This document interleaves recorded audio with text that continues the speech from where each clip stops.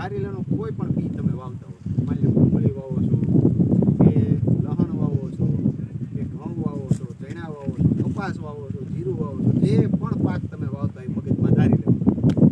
હવે એ બિયારણને તમે અલગ અલગ ફૂગનાશક જંતુનાશક દવાઓના પટ આપતા છો, બરાબર, એગ્રોમાંથી બધીથી લઈ આવવાની. પણ આપણો જે વિષય છે મુખ્ય પ્રાકૃતિક કૃષિ.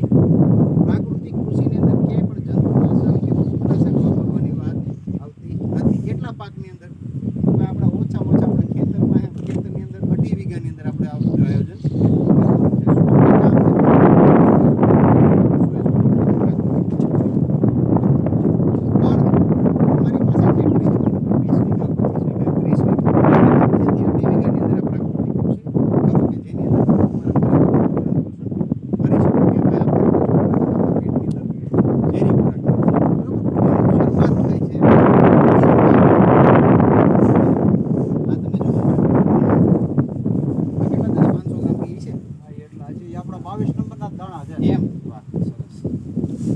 જો આપણે 22 નંબર મગફળીની વેરાયટીના દાદાએ અહીંયા દાણા ફોલાવીને અહીંયા લઈ આવ્યા છે.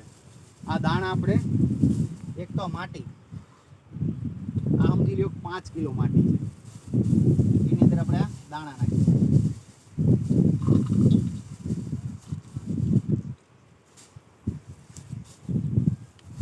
પછી આ સમજો તમે 2 લીટર ગૌમૂત્ર, 5 કિલો માટી 2 લીટર ગૌમૂત્ર.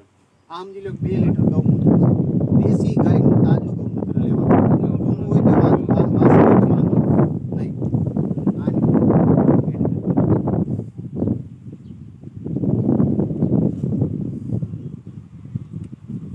ત્યારબાદ આ છે ગાયનું ગોબર.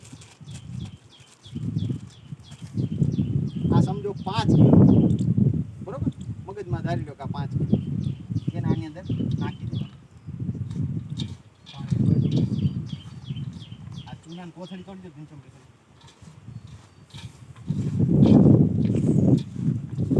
ઉપરટાનો આપો 5 વર્ષ આપણે કોઈ દી કુંડા કે કાંઈ આવ્યું નથી. આ સમજો થોડુંક ના, આ છે ચૂનો, આપણે જે તમાકુ સાથે માવા સાથે ખાય ગળી ચૂનો કાઢેલો, આ ચૂનો છે. આ કેટલો લેવાનો? માત્ર 50 ગ્રામ, બરાબર.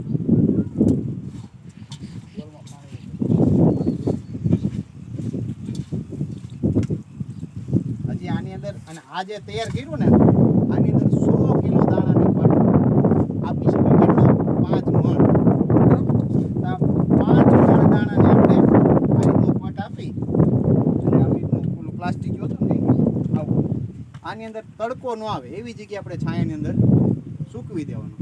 માની લો કે આવતીકાલે તમારે વાવેતર કરવાનું છે તો એના 6 કલાક 8 કલાક આની અંદર પટ આપી દેવાનું. એટલે આની અંદર શું થશે? છે ને એ ફૂગનાશકનું કામ કરે છે. પ્લસ આ જે ગોબર છે ગાયનું ગોબર અને ગૌમૂત્ર એ દાણાને છે ને એક પ્રકારનું પોષક તત્વોનું કામ કરે છે. ત્યાં સતત આ જે દાણા છે એને આની